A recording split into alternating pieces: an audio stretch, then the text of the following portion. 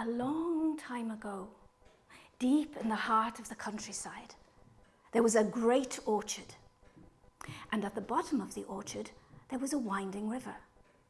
And across the river, there was a grand house where lived a mother, a father, and 7 children. The eldest of the 7 loved to climb the giant apple trees that lived right in the middle of the orchard. And there she would wait and watch for the wandering man as he would come along the fields and walk up to the gate. Now, this wandering man was not all he appeared to be. For in that time, in that land, there was a cruel and terrible law that said some children were allowed to learn and some were not. Now, the mother and father knew this to be a terrible and unjust law, and so they sent their 7 children to a secret school deep in the heart of an old castle. And it was here that the wandering man, who was really a teaching man, would come and teach them all the things they needed to know about the wide world beyond the old castle and the grand house and the winding river and the great orchard and the deep countryside. And he would teach them about things like science and music and languages and history and geography and poetry, but most of all, he would teach them about the great Creator that lived in the heavens and who loved them above all else. Now, in this world where the evil and cruel law dwelt, the children had to be very careful and quiet.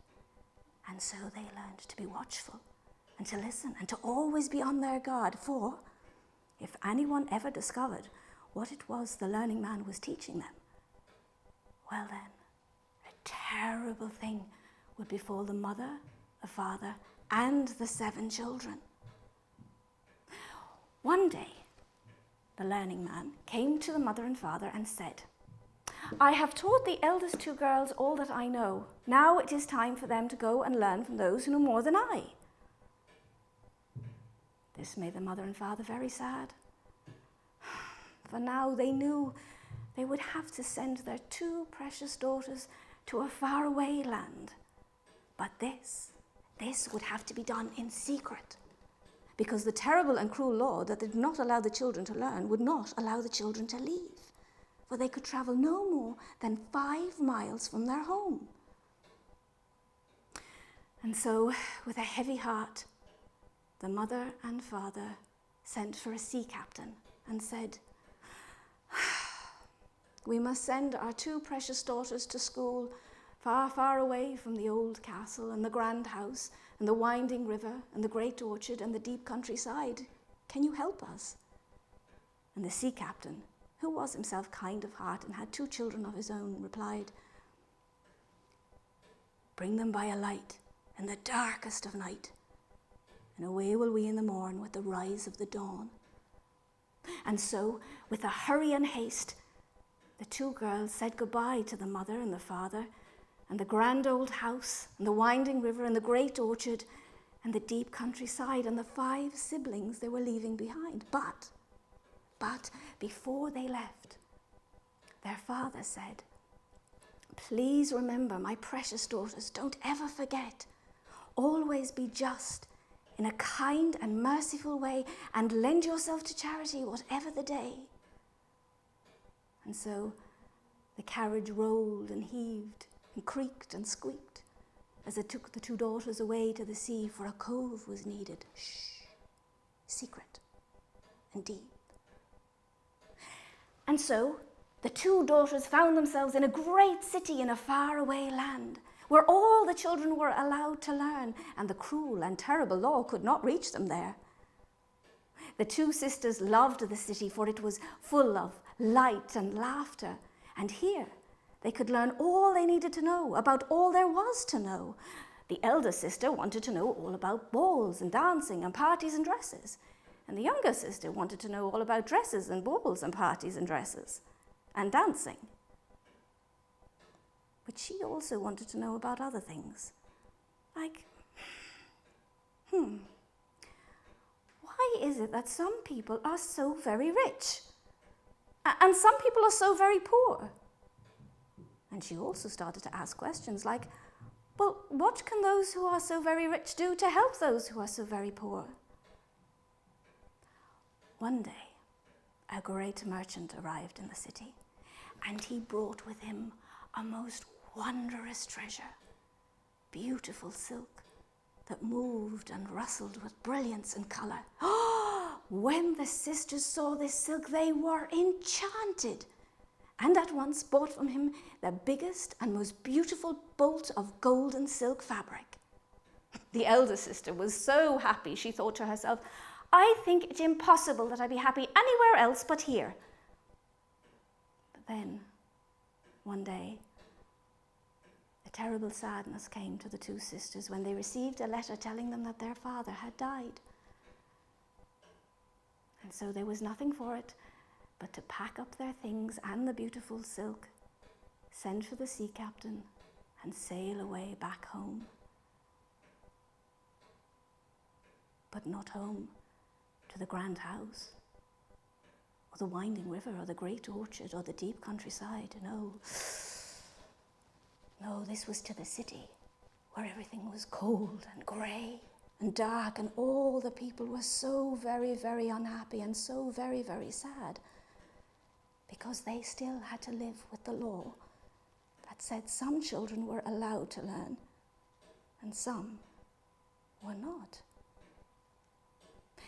Now, the youngest daughter, she very much was not happy with this, and so each night she would gather up her little bits and pieces and put them into a basket, and she would take them out to help those who could not help themselves. After some time, another sadness fell upon the two daughters, when their beloved mother died, and this made the eldest daughter so very, very sad that she longed again for parties and balls and dresses. And when she thought of dresses, she remembered the beautiful silk, and she thought to herself, I will have a dress made of it. And she went to the trunk and she opened it up. But when she opened it up, she discovered it was empty. She called her sister, Sister, what has happened to the beautiful silk? And her younger sister came in, was quiet for a moment, and said, I have sold it to buy food for the poor and medicine for the sick. The elder sister flew into a rage. You sold it! How dare you! That was precious silk, it was mine! For some moments, the younger sister looked at her, and then she said very quietly and very calmly, because she was always very quiet and very calm, Is silk more precious than the hungry baby? Is it more precious than the old woman with no home? Is silk more precious, my dear sister, than kindness and charity? What has happened to you, my dear sister Nano, that all you can think about when your own people are suffering is of balls and dresses? Remember our father's words? Always remember, don't ever forget. Always be just in a kind and merciful way, and lend yourself to charity whatever the day. And so saying, the younger sister picked up her basket and filled it with her little bits and pieces and went back out into the cold, dark, damp night. For some days, for many days, the older sister fumed. How could she? How dare she? But then, one day, she was out for a walk, and she saw a little girl run past her, and the little girl looked back, and she had never seen such fear in the eyes of another human being. And the words of her father came into her head. Please, my beloved daughter Nano, always remember, don't ever forget. Always be just, in a kind and merciful way, and lend yourself to charity whatever the day. And then in that moment, Nano knew she had been so selfish. And she turned around and went straight back home, eager to ask her sister for forgiveness. When she saw the younger sister come through the door, she ran to her and hugged her and said, "Oh, sister, I am so, so sorry. Please forgive me." To which her younger sister replied, "There's nothing to forgive. Always remember, don't ever forget. Always be just in a kind and merciful way, and lend yourself to charity, whatever the day." And then she fell down and died. The older sister was so heartbroken at the death of her younger sister that she cried. And she cried and she cried for many, many days and many, many nights. And then one night, she fell into a deep, deep, deep sleep. And she dreamt that she was on a high place.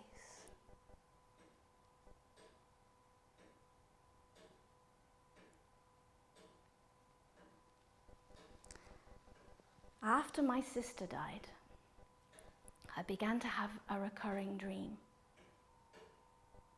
Every night it would always start the same. I was standing on a high place and looked out upon the world before me. It was a good place, filled with happy and playful children all around. I could hear their laughing voices. I stood a while.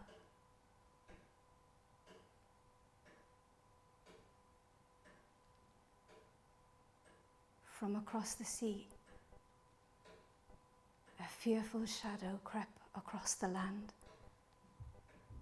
From its depths erupted the screeching of 10,000 crows.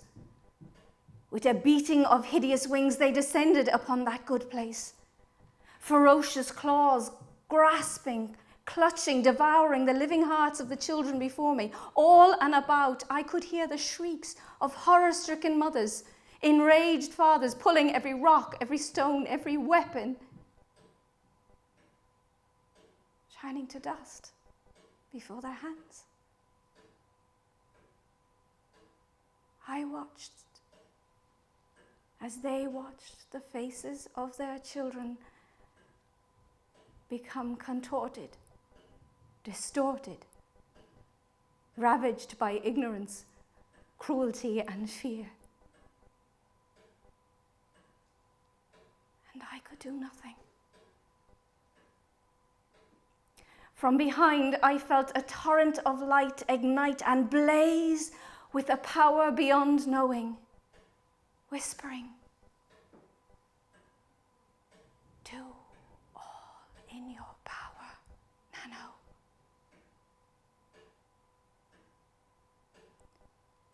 So I picked up the lantern and I filled it with that light. And I went down into that low place of grief, despair, and soul-sickening wretchedness.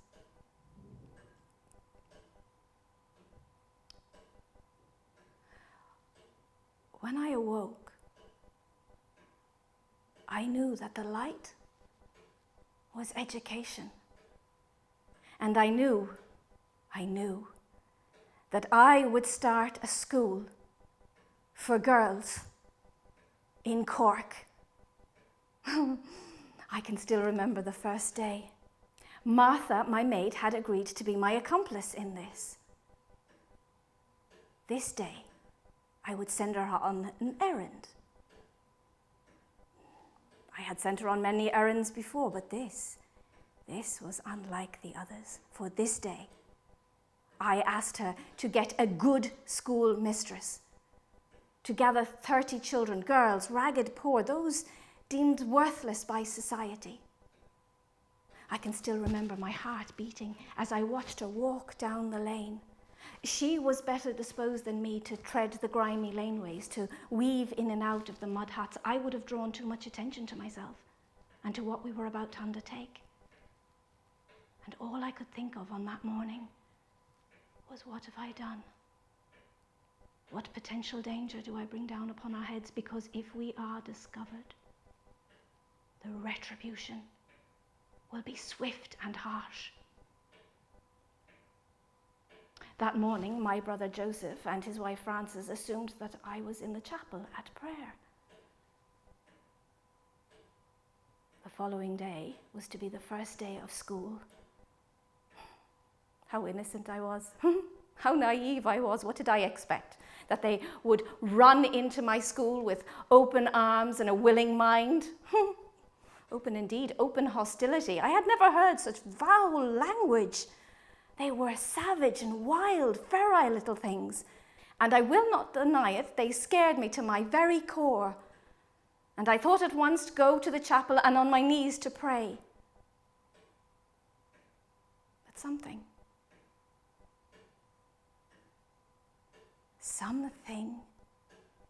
held me there. And so I returned the next day and the next.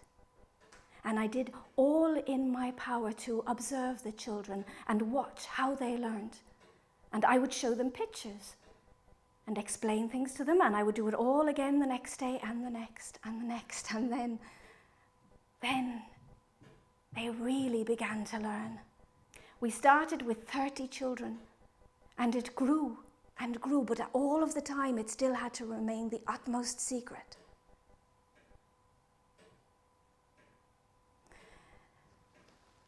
And then disaster struck. I was having dinner with my brother Joseph and his wife Frances when he began to tell us a story of something that had happened to him that day. "Nano, you'll never believe what happened to me today when I was out upon the mall. This fellow came up to me, wretched he was and poor, and begged, nay, pleaded with me to talk to you about bringing his daughter to your school. He thought you were a schoolmistress." Did you ever hear the like of it? What could I do but confess the truth? Joseph, I have started a school for girls.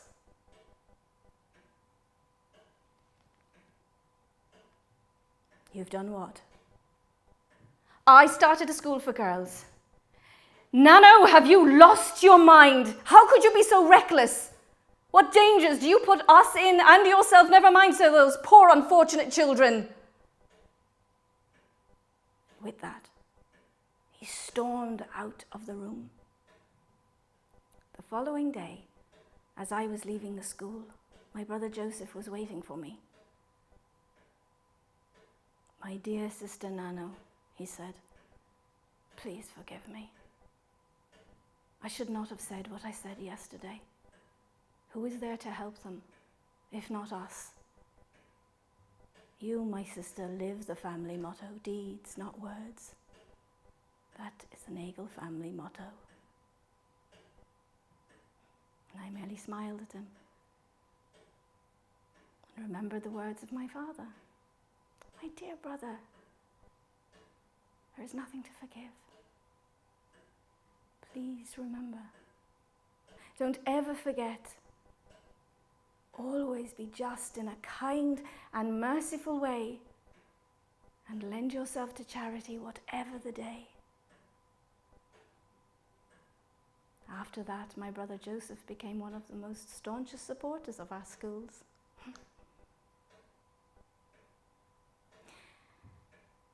Now, when I dream, my dreams are different. Now I dream that every child has a lantern of their own, and it sends the shadow back from whence it came. Oh, there's the bell. Hurry, you'll be late for class.